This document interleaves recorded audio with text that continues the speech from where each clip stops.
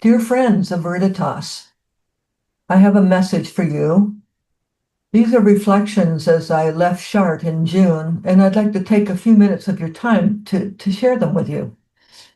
Most of all, and most of us who gravitate to the practice of labyrinth walking hold an ambivalent relationship with our religious communities. It's sorry to say, but I think that's a lot where a lot of us are. Some continue to go to church, wishing the services were more pertinent to our lives, hoping the leaders would decide to end exclusionary language, but often we leave disappointed.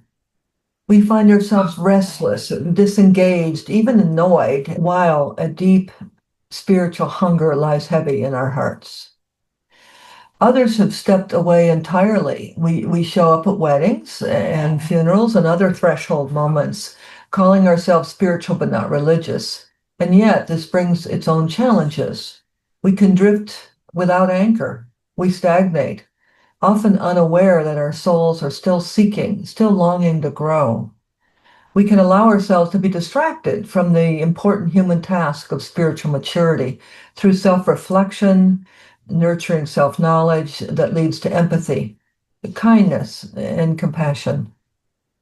The search for a community that supports our values, encourages our maturing process, and offers honest friendship often becomes our main goal.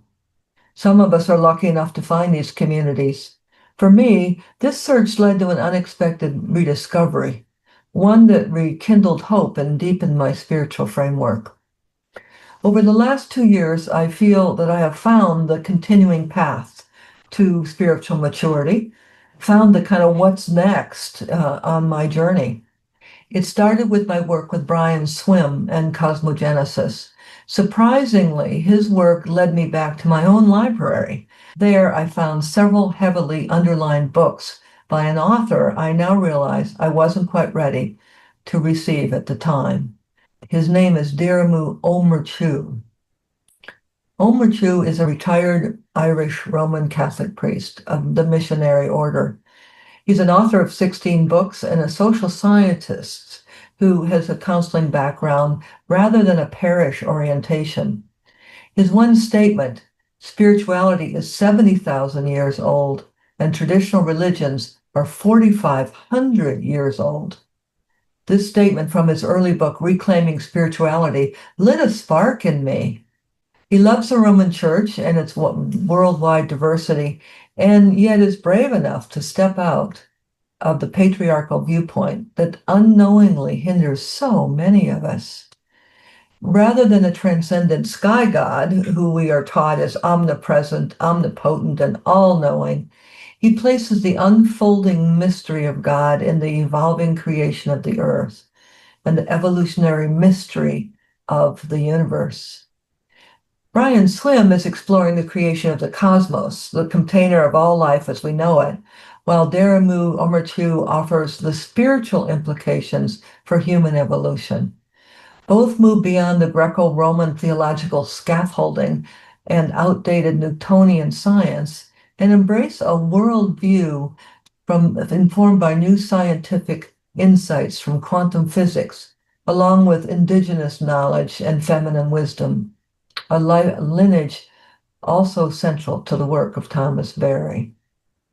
This evolutionary approach reframes our fears of death and steps beyond pathnogenic teachings about guilt and the three-storied world, heaven, earth, and hell, that pervades the Christian and religious imagination. It sets our Christian beliefs in a much broader, more compassionate, and yes, scientifically grounded context for understanding both human consciousness and the vast unfolding transformation we sense is happening within us and on planet Earth. Are you ready to take this step? If so, join me for Diramu Omerchu's week in September in Chartres. The theme of the week aligns with his newly released book, Divine Radiance in Human Evolution. I believe the Veriditas community is ready to embrace this life-altering perspective.